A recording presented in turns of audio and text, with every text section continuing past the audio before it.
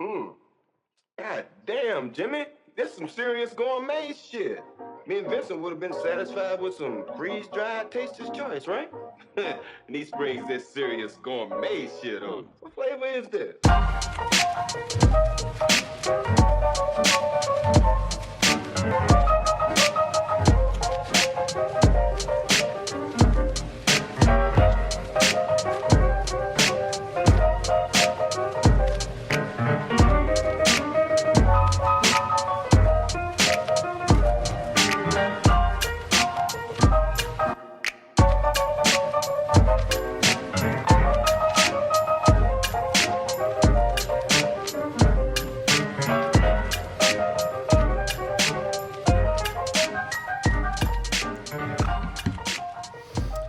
C'est bien. Attends, pourquoi est-ce que je parlais français maintenant? Qu'est-ce que c'est que ça?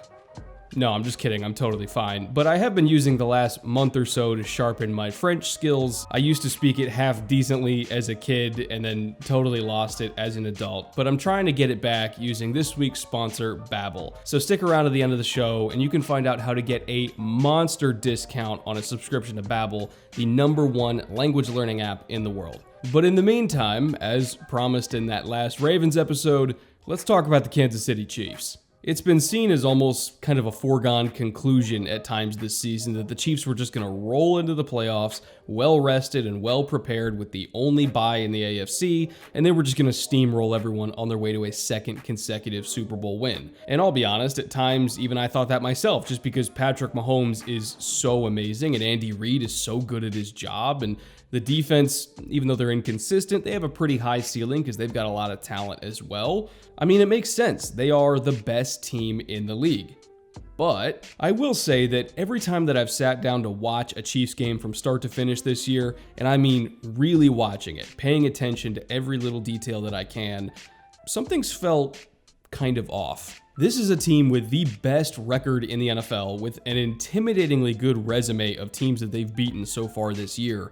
And yet, when you really watch the games closely, they'll go entire quarters, sometimes entire halves, honestly looking like a complete mess. Now, more often than not, they have been able to put together some of those trademark scoring frenzies where they score 2 or 3 touchdowns in a 6 or 7 minute period, and they make up for lost time in that way. And yet, when I was going back to watch all of their games over the last month to try to find out why they've been so inconsistent and why they go completely dormant at seemingly random times, I couldn't help but shake the feeling that some of their greatest weaknesses are actually caused by some of their greatest strengths. And please, before you fire up the comment section, just allow me to explain really quick, because I know that sounds very weird to hear it that way, but I promise I can make it make sense if you stick with me to the end. Let's go back in time to the Super Bowl last year, to that famous WASP play on 3rd and 15. You probably recognize it here on my hoodie. It was the defining play of the Super Bowl, honestly one of the greatest plays in NFL history, and personally one of my favorite plays of all time. And yet, for as great as that play was, and for as wildly successful as it was, it also helped kind of set the stage for some of the struggles the Chiefs have had in 2020. As I said before, the Chiefs were in kind of desperation mode because it was a 3rd and 15, and the 49ers, in trying to play what they thought was a safe coverage, rotated into a cover 3 robber look from a too high safety pre-snap shell behind their typical 4-man rush.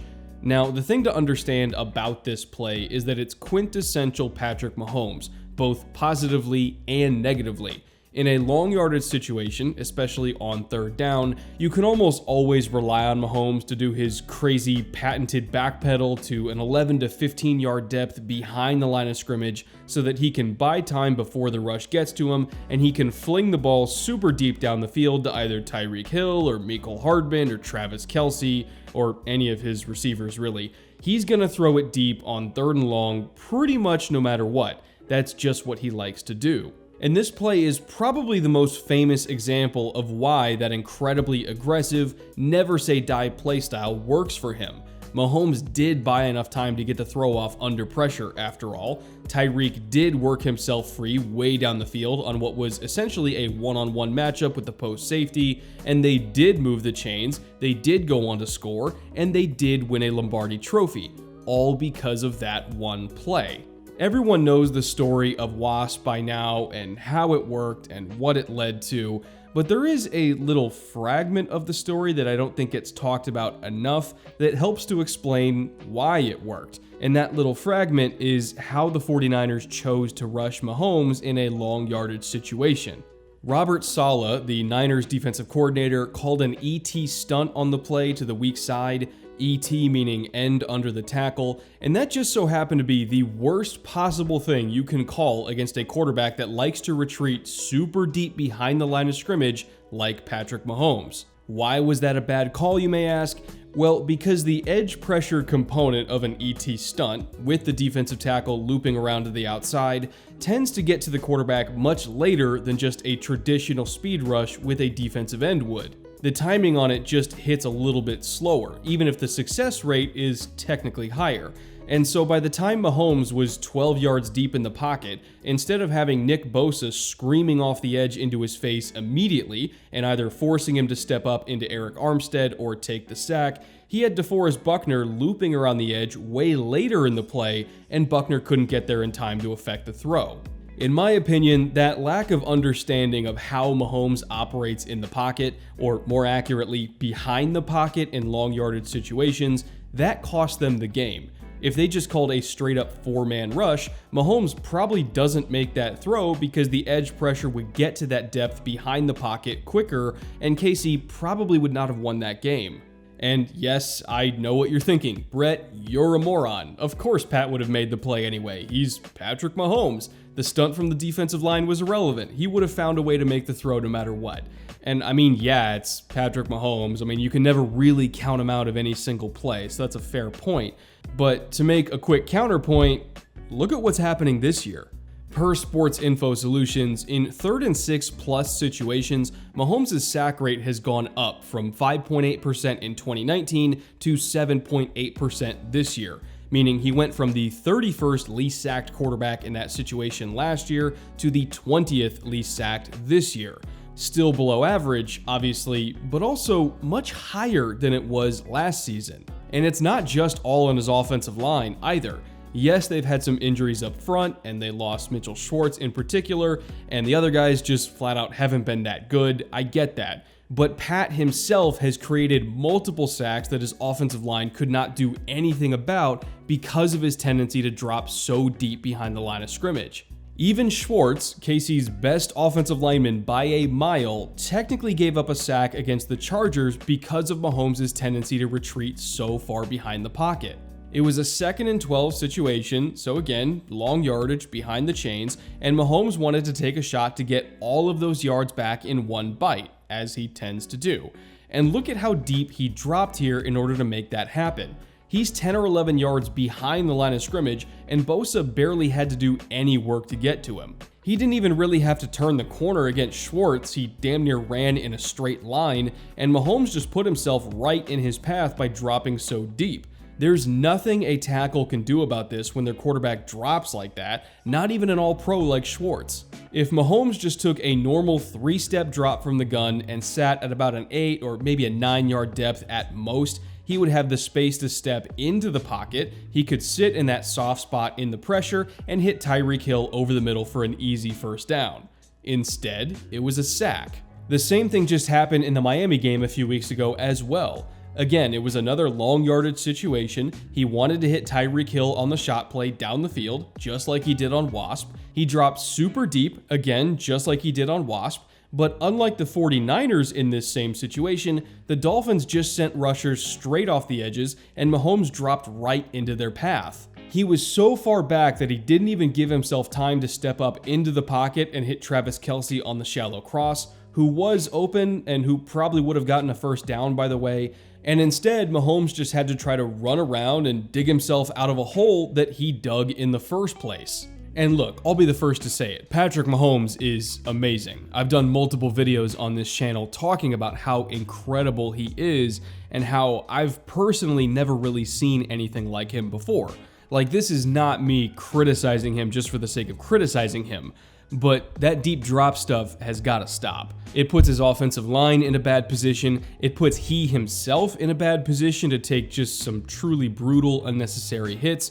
And more often now, as he keeps taking these really deep drops, it's creating negative plays for his offense. If you want to know one of the biggest reasons for why this team is so inconsistent, that's it right there. The Chiefs are home run hitters, but they strike out a lot in the process. And while they might score in bunches sometimes against teams that play single high coverages or blitz a lot, and yes, I'm looking at you, Baltimore, if a defense stays over the top and doesn't bust coverages and doesn't blitz, and if they prioritize not allowing the deep ball while keeping Mahomes in the pocket, Kansas City really struggles to score.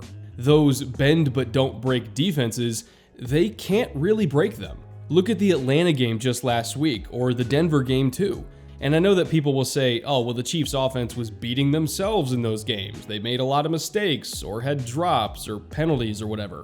I mean, yeah, that's the point. The Chiefs offense is super undisciplined, and they make a lot of mistakes. Their ability to get 40-yard touchdowns when a defense busts a coverage or when they call a dumbass blitz has always had to make up for that lack of consistency in the past. And what happens when you take away those long touchdowns and you make them earn every single yard with lengthy, methodical drives?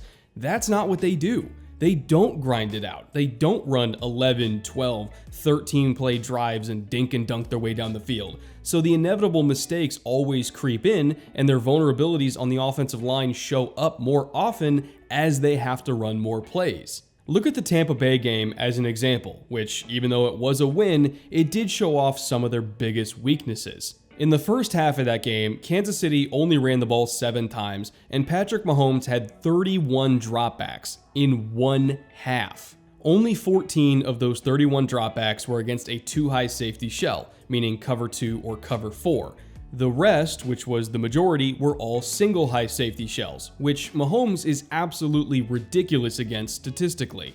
KC scored 20 points in that first half because of that really awful early defensive game plan from Tampa, where they basically just gave Mahomes anything he wanted deep down the field. But in the second half, the Bucs adjusted. They played mostly too high safety shells because they learned their lesson, and in fact, 80% of Mahomes' dropbacks in the second half of that game were against too high safety shells. Tampa bracketed Tyreek Hill and Travis Kelce and tried to make everyone else on the KC offense beat them, and predictably, the Chiefs couldn't do it. KC tried to run the ball against those soft boxes from too high shells, but they struggled because their offensive line is really not great at run blocking at all, and Clyde Edwards-Helaire averaged less than 4 yards per carry. It was painful to watch, honestly, and KC's efficiency per play absolutely plummeted. The Chiefs only scored 7 points in that entire second half. Once Tampa stopped blitzing and they stopped playing so many single high safety looks, the game changed right then and there, because the Chiefs, truth be told, are not efficient. What they are is explosive, if you give them the right defensive looks that they like. For example, Kansas City is 25th in average third down distance, meaning how manageable their third downs tend to be. So their early downs, on average, do not gain that much yardage. Their typical third down has 7.1 yards to go, which, again, that's in the bottom quarter of the league.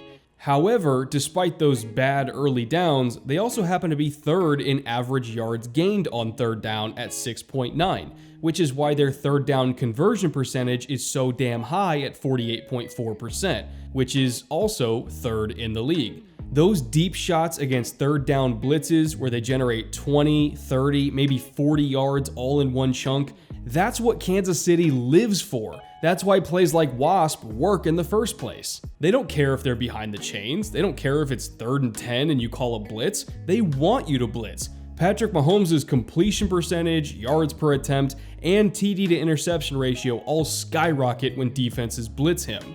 Those long yardage situations under pressure, that is their comfort zone. It's when you sit back and make him dink and dunk his way down the field against match quarters coverage like what Denver played, that is what frustrates Mahomes, not blitzes. Plus, even if Kansas City does mount a long drive with the quick passing game to get into the red zone against those bend but don't break defenses, they have not been very good at paying those drives off anyway. As of week 17, KC is 8th in red zone trips per game at 3.7, but they are 16th in red zone scoring percentage, mainly because they are incapable of just lining up and punching the ball in with the run game like other teams are. Again, the offensive line is not that good. I feel like I have to stress that every 2 minutes. They are tied with the 4th lowest amount of red zone rushing touchdowns with 10, and the only thing that makes up for that is that they have the 3rd most passing TDs in the red zone with 23.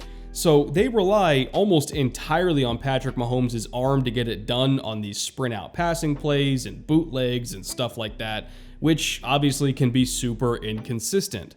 This team has some glaring, legitimate flaws right now that are getting covered up by all of the crazy scoring sprees that you see every single week. But when we get into actual big boy football in the playoffs where every team is good and anybody can win and you go home with 1 loss, I have some genuine concerns about if Kansas City can make it out. They suck at running the ball in short yardage situations. Their red zone offense is highly inconsistent, mainly because they can't run the ball. Their red zone defense is literally the worst in the league, and it's not even close. And then in long yardage situations, teams have started to figure out how Pat drops in the pocket, or rather how Pat drops behind the pocket, and they're beginning to punish him for that with some really big sacks. I mean, if you put Kansas City right now up against a team that is totally comfortable with playing 2 high coverages all day like cover 2 or cover 4, that bend but don't break style that KC struggles against, and if that same team also has a good offense themselves, like say, Buffalo,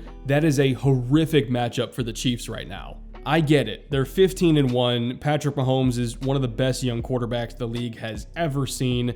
They fully deserve to be favored in every single game they play. But this team is not perfect, and they're not unbeatable. Far from it, actually. All I'm saying is, if I have to give one message to the Kansas City Chiefs right now, it's this: be careful. They have 2 weeks to address all of their flaws because they got that all-important playoff bye, which means they have 2 weeks to figure out why they go long stretches of time looking like a very average football team. That means they also have 2 weeks to figure out how to run the ball and 2 weeks to figure out how to play great defense again. KC has an amazing roster, an amazing coaching staff, and obviously a transcendent quarterback, so I would not doubt at all that they can fix all of these issues in that little 2-week window and step out on the field in January as a brand new football team. That is entirely possible. But if they don't, and if they meet the wrong team at the wrong time that happens to match up well with all of those numerous issues, then believe it or not, the first Kansas City Chiefs playoff game of the 2020 season might just be their last.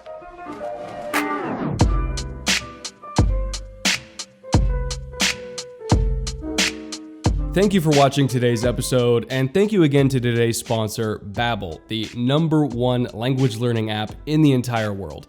They have over 10 million subscribers learning new languages right now, and that's for a reason. They are incredibly good at what they do. University studies have shown that just 15 hours on Babbel can help people learn a language just as well as a full semester college course.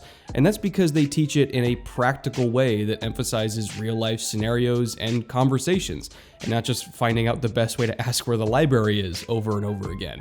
I myself have had kind of a recent goal of becoming bilingual, maybe someday trilingual, because believe it or not, I have a weirdly international audience now. It's not just Americans that watch this channel. 30% of my audience comes from Europe. I have a lot of French followers. I want to be able to speak and communicate with them in their own language and kind of talk football in French. I have a lot of German followers. I want to speak German to them. I have Swiss followers. I want to honestly be able to speak anything to them, because if you've ever met a Swiss person, I swear to God, they know every language on planet Earth.